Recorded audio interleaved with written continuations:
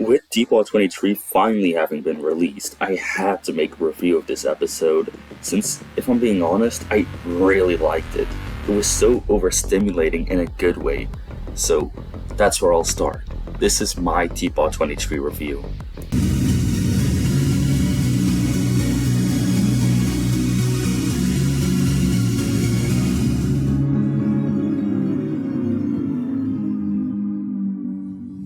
For the opening, I don't think it's anything out of the ordinary, but I do find it a bit messy when 2 tries explaining the lore. It's literally interrupted 3 times in 10 seconds, which made it a bit confusing. Seeing Announcer and Balloony back is really cool, and I love the space effects. Like the rifts and stuff, they all look so clean. I really like that they're collecting all the algebra aliens and that they just float through space. Now for the cake at stake. This elimination was such a shocker, it was so atrocious. Whenever Marker was announced saved first, I was flabbergasted. I thought he was gonna get eliminated, I was so sure, but really? Lion winner? Over characters like Book and Tennis Ball? But I did really like the way they handled the cake at stake. The effects look really cool and the eliminations itself were pretty impactful, especially Lai, but we'll get to her in a bit. This elimination also feels really odd, like it wasn't supposed to happen. It's the only elimination I know that makes almost everyone question what actually happened during the voting process to eliminate 2 really relevant characters. And the sad part is that especially Lai still had a lot of story to tell, while characters like Book and Tennis Ball don't have anything to do. We then see Puffball arrive, and she takes Grassy, the Force, and TB with her, while the others also split up. It's then that we cut to the trapped contestants, and the reveal of 3 being lackluster is really dreadful, and makes you really look forward to what will happen between them this episode. Cutting back to Lai, who's reflecting on her gameplay, putting the blame on herself, and how she should have listened more to Black Hole. She then decides that she can still make an impact, and destroys all of the obstacles between them and X. X has fixed the recovery center, and Winner starts recovering most people, but apparently he can't spell, so in the meantime 1 arrives, and she looks really pissed. We then cut to the eliminated contestants where they all get scattered up in different parts of space. I'm not gonna go over all of these groups since it's quite overwhelming, but I do like how they're being found one by one later in the episode by the contestants who go into space, being TB, Book, Taggy, Marker, Fiery, Dora, David, and 8-Ball. Quite a lot. We then get back to the main gang where 2 finally pushes Winner's clumsy butt away and recovers all of the remaining dead contestants that are still competing. 1 then distorts the recovery center, and the recovered contestants get sent into the Underworld from bfdi 9, which is really funny, as Loser and Bottle also get sent there, but in their weird, creepy Underworld form, which I think is such a funny thing to have in this episode, and I honestly really like this group of Ben, Donan, and Golf Ball. 1 then tries to take X's power, but Lai gives her a nasty left hook and they escape, digging into the ground. I think this is the writers realizing they messed up with Lai's character, and them trying to finish her character in a satisfying way. I'm not complaining, I've been enjoying Lai a lot these past few episodes. We then head back into the space cast where they're collecting the eliminated contestants, and Tennis Ball, Book, and some others crashing towards the algebraian planet. We also see Fanny and her gang meet with Leafy's gang, but I personally think this is such a boring group, so I'm not gonna talk much about them. Tennis Ball's group then meets Zero, who reveals that the Yoyolite has caught a negative algebraian infection. I'm sorry, but I don't see the point of this plot point. Maybe it'll get continued on in the future, but honestly, I don't really know. They're now heading towards 15's cabin, which has a Yoyolite, but Tennis Ball doesn't trust them, which is fully understandable after everything 4 and 1 have done. How does Book still fully trust them? God, she annoys me so much in TPOT. You're telling me we eliminated Lai and Winner over her? The TPOT elimination order has been messed up so badly. This is what we could have gotten if we just locked in with the votes in the past few episodes. Then this would be the GOAT Final 11. And this is what we currently have, which is just ugh, it's not it, I'm gonna be honest. First one was way better. We also see Balloony and the announcer collect some more Algebralians. They're also waking up now, which I'm really enjoying these small scenes with them. We then finally get some pencil screen time, and she is actively messing up her past. It's so funny, to be honest, and I also think the BFDI style is really charming for this. Also, Match and Bubble's reaction to Pencil's crash out at Ice Cube is hilarious to me. Peak comedy. I can't wait to get more of this during TPOT 24. The music thing with the Force was really annoying to me. It isn't my thing. I know a lot of people like it, but it just really isn't something for me. But I guess the art style is just really cute though. Then we finally see more of Tree, who's clearly unstable after years of isolation. Tree then starts chasing Six and the group, and the awesome soundtrack from TPOT 13 starts playing as they run from her. She honestly looks so cool floating like that with her one eye. I'm just gonna show it to you because it's just so good. One. Hey, calm down. My friends meant one. One?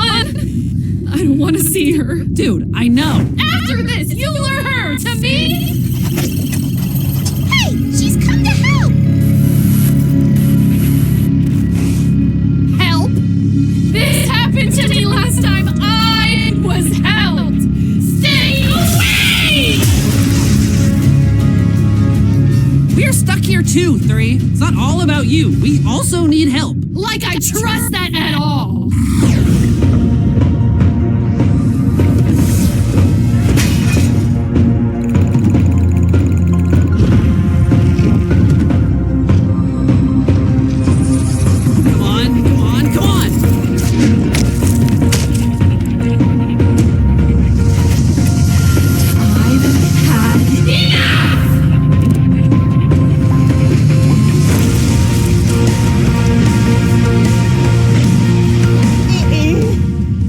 We then get a calm interaction between Taggy and Marker, since Marker keeps calling out for Black Hole. They then find Eggy and Rocky, and Marker plays this Find Black Hole song, which I know a lot of you love, but I honestly find it really annoying. Eggy was so right to put that off. Golf Ball, Donut, and Pen get chased some more in the Underworld, and so is the main gang, who is being chased by One. One also gets beaten up pretty easily in this scene. You could say she just got nerfed, but maybe she just performs worse under stress or when she's mad. I don't really know. I was too focused on my goat Lie carrying everyone through this tunnel. Oh, but then One suddenly turns into a version of Evil Leafy and gets these crazy tentacles, which is cool if she just didn't get slapped to the ground 5 seconds later by Winner. But I guess dragging them into the ground was kinda tough. We then get back to the Underworld, where Golf Ball gets dragged underground and turns into one of those creatures. I don't know what they are, but they creep me out. Pen also transforms, leaving Donut alone. He ducks towards the door that leads him into the halls of the exit. I just love how everything is connected. It is really nice world building. The music in these sections is also really great. We then get a montage of the stupid Black Hole song, with the main gang coming across an inverted planet while still being chased, and also Tennis Ball stealing the Yoyolite that 15 has, while being chased by them also. Now, my absolute favorite part of the episode, the Evil Leafy version of One is chasing Ruben in an inverted planet when Light thinks of her talk with Black Hole about holding herself back less. And she decides to commit to it. She turns around, flips the switch, and flies with One into space, letting the others escape. A noble sacrifice that had an incredible visual, and the music is also amazing. The team really seemed to want to close Lai's arc before getting her sent away at the end of TPOT 25. I'm really excited for her eventual talk with Pen and Black Hole in one of the future episodes. She definitely is one of my top 3 favorite characters of TPOT, and also probably all-time favorites. I also just have to show this scene since it's so good.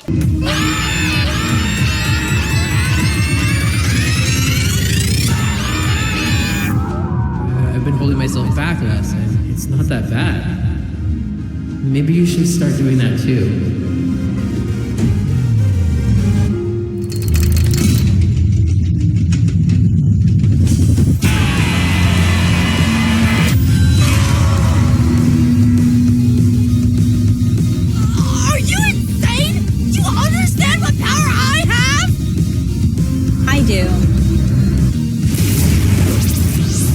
The others already got away.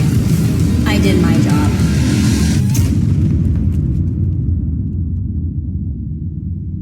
Donut and Tennis Ball's group then also meet each other in the exit halls, but so does Tree, and she fires a laser meant to hit 6, but it misses and comes straight through the hall.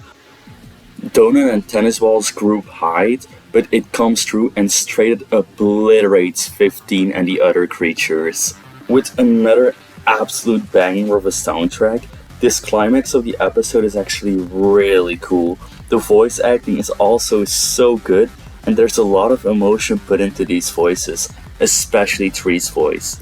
Then Fanny's group and X's group fall through her body's waterfalls out of Forest's eye into the moon, reuniting 4 and X, but there is one thing that annoys me a lot. And it's when Forrest asked about 1.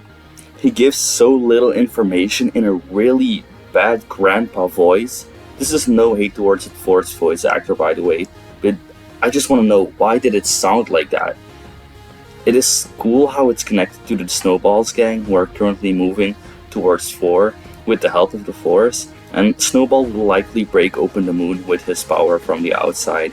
Then, for our final scene, we have the announcer's UFO with Balloony and the Algebralians being chased through a rift by a furious 1, as they fly into that rift that 1 created in TPOT 15. And then, the episode ends. This is probably my favorite episode when it comes to soundtracks and animation. It's intense and sounds so good along with the voice acting, and the visuals are absolutely beautiful. The writing was good, though it was overwhelming, but I personally liked it. It was really obvious that the writers didn't want Lion Winner to be eliminated, since they still had ongoing arcs that were being finished this episode. And honestly, I don't think that's bad, since I'd rather have them be in the spotlight for a few episodes so their characters are finished, than just be sent away and never be finished until the season ends. I'm also really looking forward to the rest of the trilogy, and I will be making reviews on those too. This was an overall great starting episode in my opinion. I know it's quite controversial, but I personally really liked it.